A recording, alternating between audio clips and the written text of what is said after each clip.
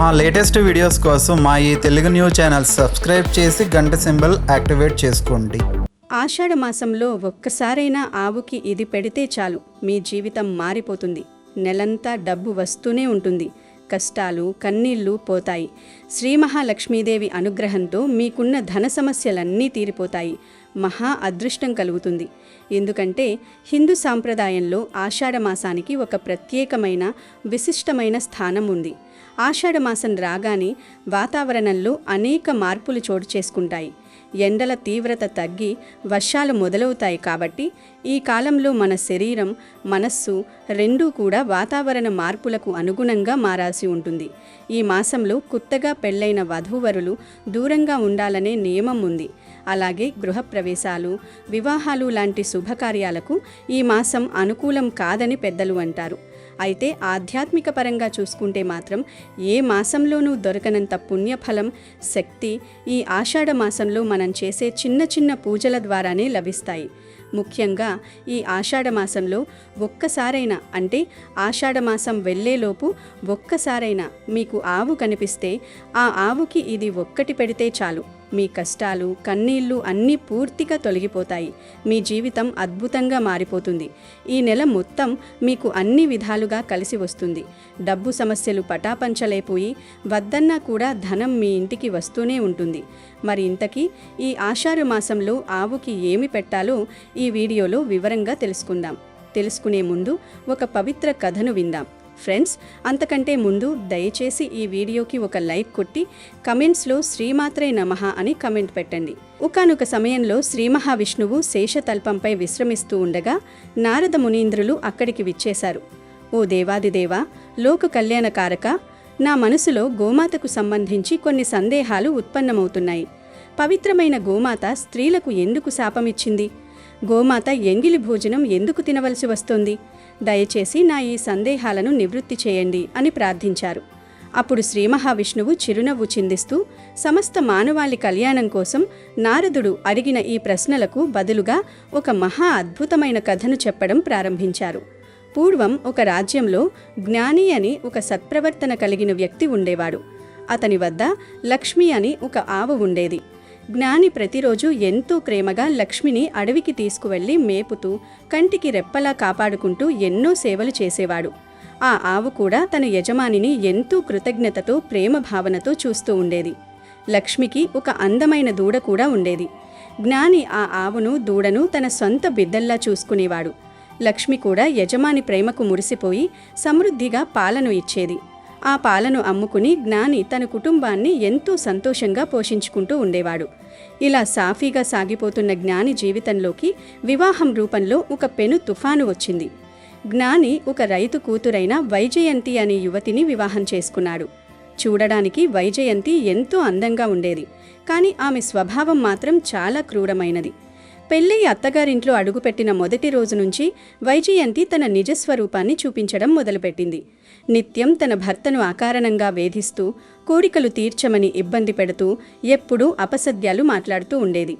ఉదయాన్నే సూర్యోదయం అయ్యాక కూడా చాలా ఆలస్యంగా నిద్రలేవడం, ఎప్పుడూ మధ్యాహ్నానికి వంట చేయడం ఆమె దినచర్యగా ఉండేది. అంతేకాకుండా రాత్రి మిగిలిపోయిన పాచిపోయిన భోజనాన్ని ఎంగిలి మెతుకులను ఏమాత్రం కనికరం లేకుండా ఆవుకు తినిపిస్తూ ఉండేది. ఒకరోజు వైజయంతి తన భర్తను ఖరీదైన బంగారు నగలు కొనమని పట్టుబట్టింది. మనకి ఈ ఆవు దూడతో ఎలాంటి అవసరం లేదు, దాన్ని వెంటనే అమ్మేసి నాకు నగలు చేయించుకో అని గొడవకు దిగింది. జ్ఞాని తన ప్రాణంగా చూసుకునే దూడను అమ్మడానికి ససేమిరా ఒప్పుకోలేదు. దీనితో భార్యాభర్తల మధ్య పెద్ద యుద్ధమే జరిగింది. భార్య పోరు పడలేక చేసేదేమీ లేక చివరకు ఆ దూడను అమ్మడానికి జ్ఞాని భారంగా ఒప్పుకున్నాడు. తన కళ్ల ముందే తన బిడ్డను దూరం చేయడంతో లక్ష్మి ఆవు గుండె పగిలేలా రోదించింది. అప్పటి నుండి ఆవు పాలు ఇవ్వడం మానేసింది. పాలు ఇవ్వని ఆవు ఇంట్లో ఎందుకని క్రూరురాలైన వైజయంతి ఆవును ఇంట్లో నుంచి దయ లేకుండా గంటేసింది. ఆవుకు మాటలు రాకపోయినా మనుషుల హావభావాలను వారిలోని క్రూరత్వాన్ని అది స్పష్టంగా అర్థం చేసుకోగలదు. తీవ్రమైన బాధతో లక్ష్మి అడవికి వెళ్ళిపోయింది. అడవిలోనే ఒంటరిగా జీవితం గడుపుతున్న లక్ష్మి కొంతకాలానికి మళ్లీ గర్భవతి అయింది. నాకు మళ్లీ దూడ పుడితే నా యజమాని జ్ఞాని అతని భార్య నన్ను తిరిగి ఇంటికి తీసుకువెళతారు కదా అన్న ఆశతో ప్రసవ సమయం దగ్గర పడగానే జ్ఞాని పొలంలోకి వెళ్ళి అక్కడే ఒక పండంటి దూడకు జన్మనిచ్చింది. మరుసటి రోజు ఉదయం పొలానికి వచ్చిన వైజయంతి లక్ష్మి మరో దూడకు జన్మనివ్వడం చూసింది. వెంటనే ఆమె కళ్లల్లో అత్యాశ మెరిసింది. ఈ దూడను కూడా అమ్మేస్తే నాకు ఇంకా చాలా డబ్బు వస్తుంది. ఈ ఆవు ఇచ్చే పాలతో నేను ఎంతో సుఖంగా బతకొచ్చు అని స్వార్థంగా ఆలోచించింది. అక్కడ నేల మీద రక్తం మడుగులో దుమ్ము కుట్టుకుని పడి ఉన్న ఆ నవజాత లేగదూడను చీమలు కీటకాలు కుడుతూ తీవ్రంగా బాధిస్తున్నాయి. తన పసిబిడ్డ పడుతున్న నరకయాతన చూసి లక్ష్మి ఆవు విలవిలలాడిపోయింది. తన బిడ్డను ఆ బాధ నుంచి కాపాడుకోలేని నిస్సహాయ స్థితిలో వైజయంతి వైపు చూసి కళ్ళనీళ్లతో వేడుకుంది. అమ్మా, నా నాజూకైన పసిబిడ్డకు నేల మీద ఉన్న రాళ్లు గుచ్చుకుంటున్నాయి, చీమలు కుడుతున్నాయి. దయచేసి నా బిడ్డను పైకి లేపి ఆ పీడ నుంచి దూరం చెయ్యి అని తన మూగ భాషలో ఎంతో బతిమాలుకుంది. కాని వైజయంతికి ఆ పసికందుపై కించిత్ దయ కూడా కలగలేదు. పైగా రక్తం మురికితో ఉన్న ఆ దూడను చూసి ఆమెకు అసహ్యం వేసింది. ఇంత దుర్గంధంగా మురికిగా ఉన్న ఈ దూడను నేను ఎందుకు ముట్టుకోవాలి? నా చేతులు పాడవుతాయి అంటూ ఏమాత్రం కనికరం లేకుండా అక్కడి నుంచి వెళ్ళిపోయింది. వైజయంతి చూపించిన ఈ రాక్షసత్వానికి లక్ష్మి ఆవు తల్లడిల్లిపోయింది. అంతర ప్రవృత్తితో భగవంతుణ్ణి ప్రార్థిస్తూ, ఓ పరమాత్మ, నా పసిబిడ్డకు ఎందుకు ఈ కఠిన శిక్ష? మేం చేసిన పాపమేమిటి అని ఆస్తిగా రోదించింది. ఆవు వేదనను విన్న శ్రీకృష్ణ పరమాత్ముడు వెంటనే అక్కడ ప్రత్యక్షమయ్యాడు. గోమాత బాధను తీరుస్తూ సమస్త పశువులకు ఒక అద్భుతమైన వరాన్ని ప్రసాదించాడు. నేటి నుండి పశువుల బిడ్డలు పుట్టగానే వెంటనే తమ కాళ్లపై తామే నిలబడి నడవడం ప్రారంభిస్తాయి. తమ తల్లి చుట్టూ అవే తిరుగుతాయి. ఎవరి సహాయం వాటికి అవసరం లేదు అని ఆశీర్వదించి అంతర్ధానమయ్యాడు భగవానుడు. కొంతసేపటి తరువాత వైజయంతి తిరిగి అక్కడికి వచ్చింది. దూడ తనంతట తాను నిలబడి ఉండటం చూసి ఆశ్చర్యపోయింది. అయినా ఆమెలో క్రూరత్వం చావలేదు. కోపంతో ఆ పసిదూడను బలంగా కుట్టి నేలపైకి పడేసింది. తన బిడ్డను అలా హింసించడం చూసిన గోమాతకు ఆగ్రహం కట్టలు తెంచుకుంది. వెంటనే ఆ లక్ష్మీ ఆవు పంచభూతాలను, సమస్త దేవీ దేవతలను, ఆకాశాన్ని, వృక్షాలను సాక్షిగా ఉంచుకుని ఆ క్రూరురాలైన స్త్రీకి, ఆమె ద్వారా సమస్త మానవ జాతికి ఒక భయంకరమైన శాపాన్ని ఇచ్చింది. ఓ దుష్టురాలా, నీ క్రూరత్వానికి ప్రతిఫలంగా ఈరోజు నేను నీకు, నీ మానవజాతికి ఒక శాపమిస్తున్నాను. ఎప్పుడైతే మీకు సంతానం కలుగుతుందో ఆ పసిపిల్లలు నడవడానికి ఎవరో ఒకరి సహాయం తప్పక అవసరమవుతుంది. మీ పిల్లలు సొంతంగా నడవడానికి కనీసం 1 సంవత్సరం పడుతుంది. అప్పటి వరకు వారు పరాధీనులై ఉంటారు అని శపించింది అని శ్రీ మహావిష్ణువు నారదునితో ఇంకా ఇలా చెప్తున్నాడు. నారద, సత్యయుగంలో మనుషుల పిల్లలు కూడా పుట్టగానే నడిచేవారు.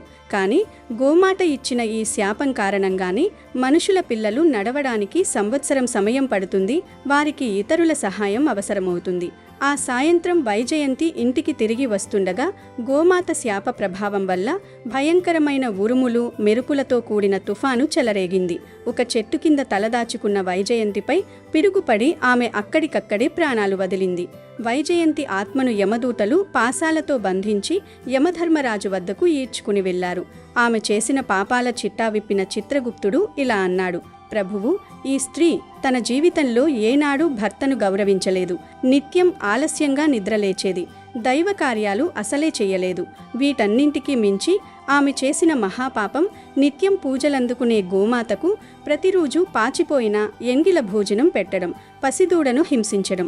ఇది విన్న యమధర్మరాజు అగ్నిలా మండిపడ్డాడు.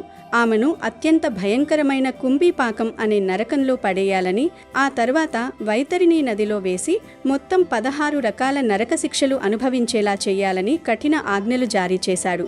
ఆ శిక్షలన్నీ అనుభవించిన తర్వాత గోమాతకు పాచిపోయిన ఆహారం పెట్టిన పాపానికి గాను వైజయంతి మరుజన్మలో పందిగా జన్మించి ఎప్పుడూ బురదలో ఉండి దుర్గంధమైన పదార్థాలు తినేలా శపించాడు. అందుకే గోమాతకు ఎవరైతే పాచిపోయిన ఆహారం, ఎంగిలి పెడతారో వారు ఘోరమైన నరక కూపంలో పడక తప్పదు అని విష్ణుమూర్తి నారదుడితో చెప్పాడు. తరువాత సత్యయుగంలో జరిగిన ఒక సంఘటనను వివరించాడు. ఒకసారి పరమశివుడు, పార్వతీదేవి సముద్ర తీరానికి విహారానికి వెళ్లారు. అప్పుడు శివుడు, నాకు చిన్న పని ఉంది, నేను వెళ్ళి వచ్చే వరకు ఇక్కడే వేచి ఉండు అని చెప్పి వెళ్ళాడు. పార్వతీదేవిని ఆట పట్టించాలనే ఉద్దేశ్యంతో శివుడు కావాలనే రాత్రి వరకు తిరిగి రాలేదు. ఆ రోజు మహాశివరాత్రి కావటంతో పార్వతీదేవి ఇసుకతో ఒక శివలింగాన్ని తయారు చేసి రాత్రంతా అత్యంత భక్తి శ్రద్ధలతో పూజించి ఉదయాన్నే ఆ శివలింగాన్ని, పూజా సామాగ్రిని సముద్రంలో నిమజ్జనం చేసింది. పరమశివుడు సూక్ష్మ రూపంలో ఇదంతా గమనిస్తూనే ఉన్నాడు. కొంతసేపటికి శివుడు ప్రత్యక్షమై, నిన్న శివరాత్రి కదా, నువ్వు నాకు పూజ చెయ్యలేదా అని అమాయకంగా అడిగాడు. తాను ఇప్పుడే పూజ చేసి సామాగ్రిని సముద్రంలో విసర్జించానని పార్వతి చెప్పింది. అయినా శివుడు ఆమెను మరింత ఆట పట్టిస్తూ, నువ్వు పూజ చేసినట్లు ఇక్కడ ఎలాంటి ఆనవాళ్లూ లేవు, నువ్వు పూజ చేసినట్లు ఏదైనా ప్రమాణం చూపించు అన్నాడు. పరమేశ్వరుడి లీలలను అర్థం చేసుకున్న పార్వతీదేవి చుట్టుపక్కల చూడగా అక్కడ ఒక ఆవు కనిపించింది. ఈ ఆవే నా పూజకు సాక్ష్యం అని చెప్పింది. శివుడు ఆ ఆవును అడగ్గా అది అబద్ధం చెబుతూ తల అడ్డంగా ఊపింది. సాక్షాత్తు జగన్మాతకే ఎదురుగా నిలబడి ఆవు అబద్ధం చెప్పటం చూసి పార్వతీదేవికి తీవ్ర కోపం వచ్చింది. వెంటనే పార్వతీదేవి గోమాతను శపిస్తూ, నువ్వు లోక కళ్యాణం కోసం పుట్టిన దివ్యమైన ప్రాణివి, నీలోని దైవిక గుణాలు అలాగే ఉంటాయి. కానీ ఏ నోటితో అయితే నువ్వు ఈరోజు పచ్చి అబద్ధం చెప్పావో ఆ నోటితోనే నువ్వు ఎంగిలి భోజనాన్ని తినవలసి వస్తుంది అని కఠినంగా శపించింది. పార్వతీదేవి ఇచ్చిన ఆ శాపం వల్లనే గోమాతకు ఎంత మంచి పోషకాహారం అందుబాటులో ఉన్నా ఎంగిలి భోజనాన్ని తినాల్సిన పరిస్థితి ఏర్పడింది అని శ్రీ మహావిష్ణువు నారదుడితో చెప్పాడు. మనుషులు పుణ్యం కోసం గోమాతకు ఎన్నో పూజలు చేస్తారు. కానీ గోమాతకు ఇంటి గుమ్మంలోకి రాగానే పచ్చని గడ్డిని లేదా ఇంట్లో వండిన మొదటి ముద్దను మాత్రమే పెట్టాలి. గోమాతకు మొదటి ముద్ద పెట్టడం వల్ల కోటి జన్మల పుణ్యం లభిస్తుంది. కానీ ఎట్టి పరిస్థితుల్లోనూ రాత్రి మిగిలిపోయిన పాచి భోజనం, ఎంగిలి అన్నం పెట్టకూడదు. ఆకలితో ఉన్నప్పుడు ఆవు ఆ ఎంగిలిని తిన్నా దాని దుష్ప్రభావం మన ఇంటిపై పడి నెగిటివ్ ఎనర్జీ వస్తుంది, దరిద్రం తాండవిస్తుంది. అలాగే గోమాత పూర్తిగా శాకాహారి కాబట్టి ఎలాంటి మాంసాహారాన్ని దాని దగ్గరకు కూడా తీసుకువెళ్ళకూడదు. అది మహాపాపం. మన జాతికల్లో ఎలాంటి దోషాలున్నా గోమాత సేవతో వాటిని తొలగించుకోవచ్చు. గోమూత్రాన్ని ఇల్లంతా చల్లటం వల్ల వాతావరణం పవిత్రమై రోగక్రిములు నశించి ఇంట్లో సాకార శక్తి పెరుగుతుంది.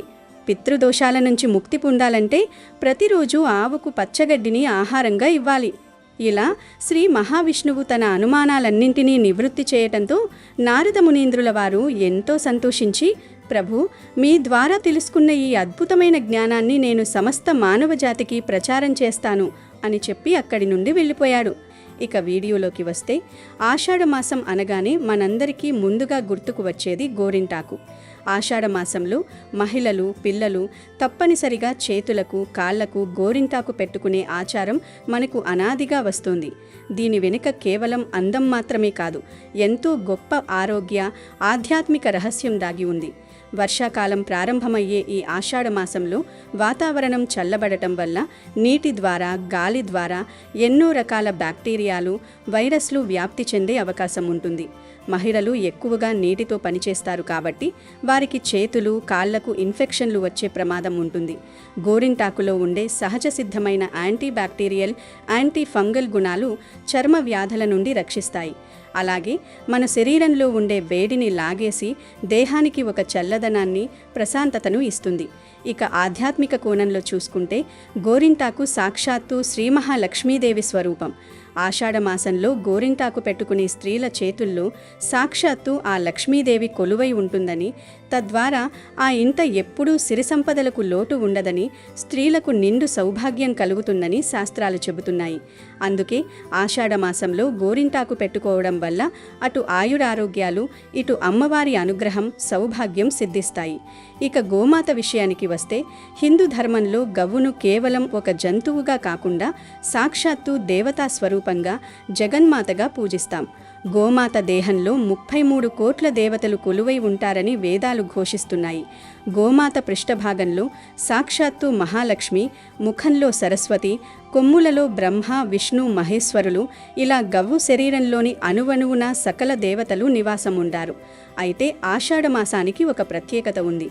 ఈ మాసంలో అమ్మవారి శక్తి భూమి మీద అత్యంత బలంగా, ఉగ్రంగా ఉంటుంది. ప్రకృతి అంతా అమ్మవారి శక్తితో నిండిపోయి ఉంటుంది. ఆషాఢమాసంలో గవ్వులో కూడా సాక్షాత్తు ఆ పరాశక్తి జగన్మాత కొలువై ఉంటుంది. అందుకే మనం మిగతా మాసాలలో ఆవుకి పూజలు చేయకపోయినా, ఆహారం పెట్టకపోయినా పెద్దగా పట్టింపు ఉండకపోవచ్చు. కానీ ఈ నెలలో మాత్రం ఖచ్చితంగా ఆవుకి ఆహారం పెట్టాలి, వీలైతే పూజ చేయాలి. ఒకవేళ మీకు సమయం లేక పూజ చేయకపోయినా సరే, కనీసం మనస్ఫూర్తిగా ఆవుకి కొంత ఆహారమైనా పెడితే చాలు. సాక్షాత్తు ఆ అమ్మవారి అనుగ్రహం మీ పైన కలుగుతుంది. ఎందుకంటే ఈ నెల రోజుల పాటు ఆవులలో అమ్మవారు కొలువు తీరి ఉంటారు గనుక ఈ నెలలో మీ ఇంటి దగ్గర ఆవులు కనిపించినా, లేదా ఏదైనా ఆవు మీ ఇంటి దగ్గరకు వచ్చినా దాన్ని ఏమాత్రం తరిమి కొట్టకండి. అలాగే మీరు గుడికి వెళ్ళినప్పుడు కానీ, లేదా మీ ఇంటి పరిసరాల్లో కానీ, రోడ్డు మీద కానీ ఎక్కడైనా ఆవు కనిపిస్తే దానిని సాధారణ జంతువులా చూడకండి. ఆ ఆవును సాక్షాత్తు దుర్గామాత, లక్ష్మీదేవి, సరస్వతీదేవిల ఏకైక స్వరూపంగా, అమ్మవారి ప్రత్యక్ష రూపంగా భావించండి. అలా మీకు ఆవు కనిపించగానే ముందుగా ఎంతో భక్తి శ్రద్ధలతో ఆ ఆవు చుట్టూ 3 ప్రదక్షిణలు చేయండి. గుడిలో దేవుని చుట్టూ ప్రదక్షిణలు చేసినప్పుడు ఎంతటి పుణ్యఫలం లభిస్తుందో, ఆషాఢమాసంలో గోమాత చుట్టూ ప్రదక్షిణ చేస్తే అంతకు మించిన 1,000,000 రెట్ల పుణ్యం లభిస్తుంది. మీ జన్మజన్మల పాపాలు అన్నీ ఆ ప్రదక్షిణలతో నశించిపోతాయి. అలా 3 ప్రదక్షిణలు చేసిన తరువాత గోమాతకు 2 చేతులు జోడించి నమస్కారం చేసుకోండి. మీ మనసులో ఉన్న బాధలను, ఆర్థిక సమస్యలను, అనారోగ్య సమస్యలను ఆ గోమాతకు మనసులోనే చెప్పుకోండి. ఆ తరువాత ఆ ఆవుకు పచ్చటి రంగులో ఉండే కూరగాయలను మీ చేతులతో స్వయంగా తినిపించండి. పచ్చటి రంగులో ఉండే కూరగాయలు అంటే దొండకాయ, బీరకాయ, సొరకాయ, బెండకాయ లాంటివన్నమాట. మళ్ళీ ఆకుపచ్చ రంగు ఆకుకూరలు పెట్టకూడదు. ఓన్లీ కూరగాయలు మాత్రం పెట్టాలి, గుర్తుపెట్టుకోండి. ఆకుపచ్చ రంగు అనేది సాక్షాత్తు ఆ అమ్మవారికి, ప్రకృతికి ప్రతీక. ముఖ్యంగా వ్యాపారాభివృద్ధికి, ఉద్యోగంలో స్థిరత్వానికి, ఆర్థిక సమస్యల తొలగింపునకు ఆకుపచ్చ రంగు ఎంతో అద్భుతంగా పనిచేస్తుంది. ఆషాఢమాసంలో శాకాంబరీదేవిగా పూజలందుకునే అమ్మవారికి ఈ పచ్చటి కూరగాయలు అంటే అత్యంత ప్రీతికరం. గోమాత రూపంలో ఉన్న ఆ అమ్మవారికి మీరు ఈ దొండకాయలు, బీరకాయలు, సొరకాయలు లాంటి పచ్చటి కూరగాయలు ఏవైనా సరే కొనుగోలు చేసి తీసుకెళ్ళి ఆవుకు తినిపిస్తే అద్భుతమైన ఫలితాలు కలుగుతాయి. ఇలా పెడితే మీకు తిరుగులేని రాజయోగం పడుతుంది. అప్పటి వరకు మిమ్మల్ని పట్టి పీడిస్తున్న దరిద్రం, అప్పుల బాధలు, ఇంట్లోని గొడవలు, అనారోగ్య సమస్యలు అన్నీ గోమాతను ఆశ్రయించిన క్షణంలోనే మాయమైపోతాయి. మీరు ఆ పచ్చటి కూరగాయలను ఆవుకు పెడుతున్నప్పుడు మీలోని నెగిటివ్ ఎనర్జీ మొత్తం తొలగిపోయి పాజిటివ్ ఎనర్జీ మీ శరీరంలోకి, మీ ఇంట్లోకి ప్రవేశిస్తుంది. అమ్మవారి సంపూర్ణ అనుగ్రహంతో మీ కష్టాలన్నీ పోతాయి. మీరు ఏ పని తలపెట్టినా అందులో విజయం సాధిస్తారు. వ్యాపారం చేసేవారికి లాభాలు వెల్లువెత్తుతాయి. ఉద్యోగం కోసం ప్రయత్నించే వారికి మంచి ఉద్యోగం లభిస్తుంది. ఇంట్లో ఎప్పుడూ ప్రశాంతత ఉంటుంది. అప్పటికప్పుడు మీకు రావాల్సిన డబ్బులు ఎక్కడైనా ఆగిపోయి ఉంటే అవి వెంటనే చేతికి వస్తాయి. తీవ్రమైన ధనలాభం కలుగుతుంది. ఎంతలా అంటే మీరు వద్దు అనుకున్నా సరే ధనం ఏదో ఒక రూపంలో మీ ఇంటి తలుపు తడుతూనే ఉంటుంది.